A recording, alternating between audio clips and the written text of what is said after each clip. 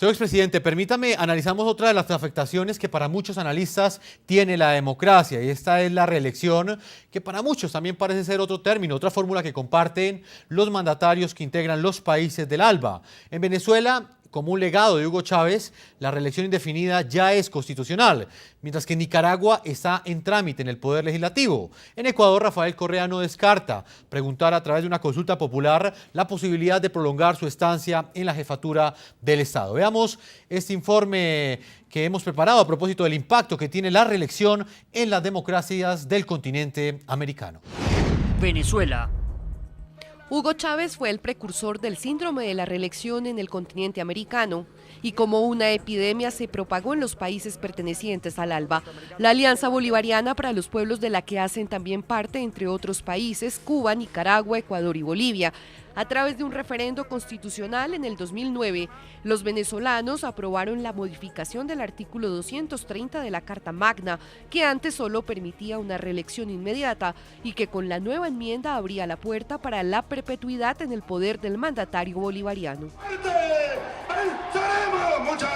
Ahora comienza el tercer periodo, 2009-2019 y después 2019-2029, 2029-2039, 2039-2049. Bolivia. La Constitución de 2009 autoriza una reelección presidencial consecutiva por un mandato de 5 años, y aunque el presidente Evo Morales fue reelecto para un segundo periodo en el 2010, el Tribunal Constitucional ahora le permite aspirar a un tercer mandato en el 2015. Es posible la reelección, la habilitación para la reelección del presidente y vicepresidente. Para la oposición el fallo no es legal porque la Carta Magna solo permite una reelección inmediata y esta, según ellos, ya sucedió en los comicios que reeligieron al actual mandatario boliviano en el 2009. Nicaragua. Daniel Ortega, quien fue presidente de 1985 a 1990, luego de 2006 a 2011 y reelecto como jefe de Estado hasta el 2016, es otro de los jefes de Estado del eje bolivariano que busca atornillarse a la silla presidencial. La bancada oficialista presentó un proyecto en la Asamblea Nacional que pretende reformar la Constitución con el fin de instaurar la reelección indefinida. Hay intereses políticos que van a estar criticando o manipulando cualquier propuesta. Ecuador. Rafael Correa, quien fue elegido presidente en el 2006, ratificado en el poder en el 2009 y reelecto en el 2013 por 4 años más, aún no descarta su intención de presentarse nuevamente a elecciones cuando termine su periodo en el 2017 e incluso en octubre de este año manifestó la intención de preguntarle al pueblo ecuatoriano su opinión sobre este tema. Y de ir a una consulta popular por el Yasuní ITT, no descarto aprovechar la ocasión para consultar al pueblo ecuatoriano qué opina de la reelección indefinida. Muy bien, integramos a esta hora a Carlos Mesa Gisbert, expresidente de Bolivia entre el año 2003 y 2005.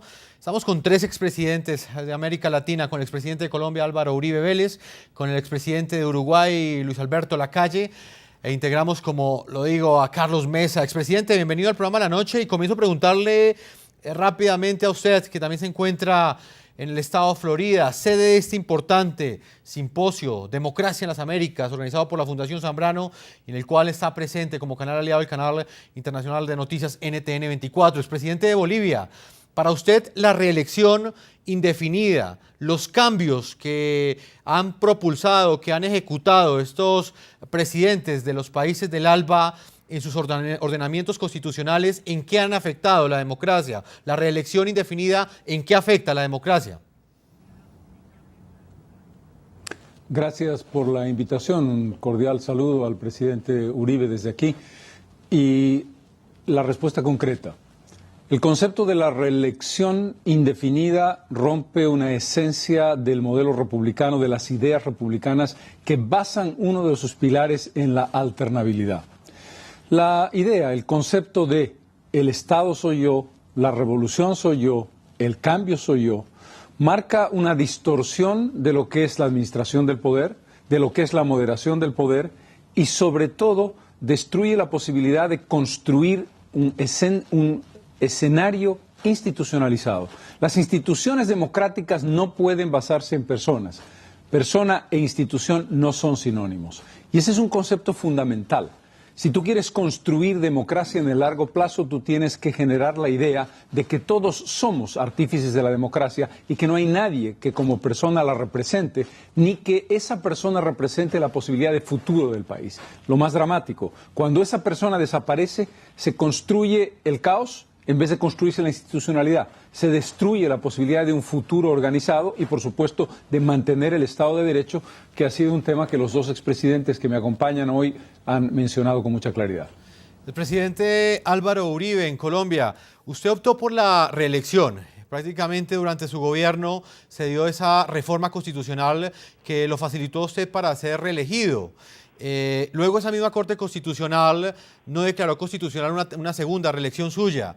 En ese contexto, desde su experiencia, ¿cómo analiza usted el impacto que puede tener una reelección para una democracia? ¿La afecta o no la afecta? Bueno, primero hagamos un recuento de la historia de Colombia en este tema. En el siglo XIX fueron reelegidos varios presidentes de Colombia, e indefinidamente. En el siglo XX, el expresidente Alfonso López Pumarejo, con un periodo de por medio, no le permitieron terminar el segundo periodo, renunció un año antes. Inexplicablemente, sin que lo hubieran propuesto, simplemente por razones de coyuntura política, la constituyente del año 91 eliminó la reelección. Entre el 91 y el 2002, fecha en la cual yo asumí la presidencia, hubo varios intentos para restablecer la reelección. En mi gobierno, parlamentarios propusieron uno que no obtuvo las mayorías, después otro que sí obtuvo las mayorías. Se aprobó una ley muy estricta de garantías, la misma de la cual reniega el presidente Santos.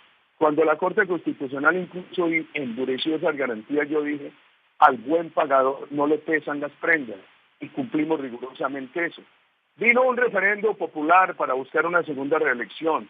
Yo he dicho que pudo ser mi error ante la historia no haber desautorizado los firmantes, y le confesé al país lo que sentía. Me preocupaba perpetuar al presidente, no estoy de acuerdo con eso, y me preocupaba abandonar unas políticas en un momento en que pensaban a darle buenos resultados al país. Hoy hay deterioro de la seguridad, de la inversión, de la política social en Colombia, lastimosamente. ¿Qué piensa uno de esto? Los parlamentos, los sistemas parlamentarios europeos tienen unos periodos indefinidos. Yo diría que el gran problema aquí es alterar el equilibrio entre las ramas del poder. El gran problema en la reelección es que el Ejecutivo absorba las otras ramas del poder. Y lo primero que hay que adoptar son criterios de pesas y contrapesas para garantizar esa independencia entre las ramas del poder. Yo le quiero recordar, estimado periodista, que el día que la Corte Constitucional dijo que declaraba inexequible la ley que había aprobado que por referendo se preguntara si el presidente podía o no aspirar a una nueva reelección, ese mismo día salí yo en las cámaras de televisión y dije, se obedece y se respeta la sentencia. Se decía en Colombia que por defender yo el Estado de opinión, que es la máxima expresión del Estado de Derecho, iba a forzar una reelección en nombre del Estado de opinión a pesar de la Corte Constitucional. Aquel día dije todo lo contrario. El Estado de opinión, que es la expresión superior del Estado de Derecho, se tiene que someter a la institucionalidad democrática y por eso tiene que respetar este fallo de la Corte Constitucional. Lo dije aquella noche, como que también dije que le pedía a los colombianos que pensaran en la conveniencia de esas políticas que se estaban implementando, que las reeligieran, y eso ayudó bastante en la elección del presidente Juan Manuel Santos, que hoy está en campaña de reelección con una gran diferencia. La nuestra fue regida por una muy estricta ley de garantías que el país debe recordar. El presidente Santos ha renegado de la ley de garantías y ha dicho que es un absurdo. Por eso me obligué a escribir en un mensaje de Twitter que la ley de garantías es un absurdo solamente para los malos pagadores, a quienes les pesan las prendas. Expresidente Uribe, permítame hoy con el expresidente Luis Alberto Lacalle, expresidente de Uruguay. También quiero preguntarle sobre su concepto. Usted que fue mandatario de Uruguay entre 1990 y 1995. ¿Cuál es su opinión frente a esta figura de la reelección? Pero contextualicémosla en los regímenes que estamos analizando. Estos países del bloque del ALBA que de alguna manera la utilizan como ese fin primordial para poder hacer esas reformas y de alguna manera perpetuarse en el poder. ¿Qué papel juega la reelección como ese instrumento que socava la democracia? Antes de contestar su pregunta, quiero enviar en nombre mío y de Carlos Mesa una solidaridad al presidente Uribe ante las circunstancias que está viviendo. Nos solidarizamos con su persona, lo reivindicamos como un gran luchador por la democracia y condenamos las amenazas de que ha sido objeto. Inmediatamente digo, y en esto tengo una posición muy particular, yo no creo en ningún tipo de reelección inmediata. Creo que de la esencia del sistema democrático es que uno sepa que tiene 5 años, como es en el caso de mi país, que son 60 meses, y el hecho de que esté acotado a un periodo de gobierno, el ejercicio presidencial sirve para varias cosas. Primero, para tener una noción de humildad y modestia, sabiendo que uno tiene un periodo en el cual si trabaja mucho puede hacer bastante y si no se mueve con rapidez no hace mucho. Pero usted sabe que a los 60 meses, en el mes 61, vuelve a su casa y vuelve a ser un ciudadano como cualquier otro. Es lo que pasa en mi país, país en el cual los presidentes andamos por la calle, solos, manejando nuestros automóviles. Somos 4 expresidentes y me parece que esto es una bendición para el Uruguay. En segundo lugar, en nuestro país, y lo pongo como ejemplo muy orgullosamente, por cierto, no hay reforma constitucional en la que se pueda cambiar la Constitución solo por el Parlamento. Las 4 formas de reforma que hay, todas pasan por un plebiscito donde la gente es la que al final dice sí o no a la reforma constitucional. El hecho de que se pueda cambiar la Constitución, con leyes especiales es la que habilita a esta teoría de que no he tenido tiempo para terminar, necesito otro tiempo y luego otro tiempo, y bueno, si uno se pone a construir una central atómica que demora 8 años en ser construida, pues nunca le alcanzará el tiempo. El gobernante democrático tiene que saber que él es el eslabón de una cadena. Ese eslabón él tiene que procurar que sea el más fuerte posible, pero está enganchado a uno que vino antes y a uno que vendrá después. Creo que parte de la humildad que tiene que tener el gobernante democrático.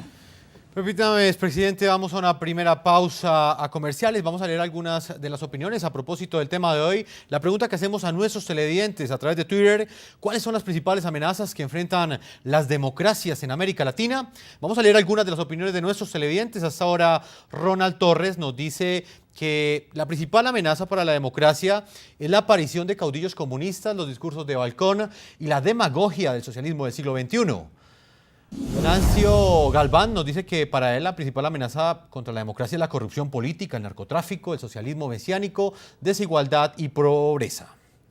Finalmente, Brian Rojas nos dice que para él es la corrupción de los dirigentes, el desconocimiento y la falta de educación y la cultura política de los pueblos. Ya vamos a una primera pausa comerciales. Cuando regresemos continuaremos analizando cuál es la situación que enfrenta la democracia en cada uno de los países que estamos hoy analizando. Estamos con 3 expresidentes, la situación de la democracia en Colombia, la situación de la democracia en Bolivia y por supuesto la situación de la democracia en Uruguay. Vamos a una primera pausa y ya regresamos a la segunda parte de este programa La Noche.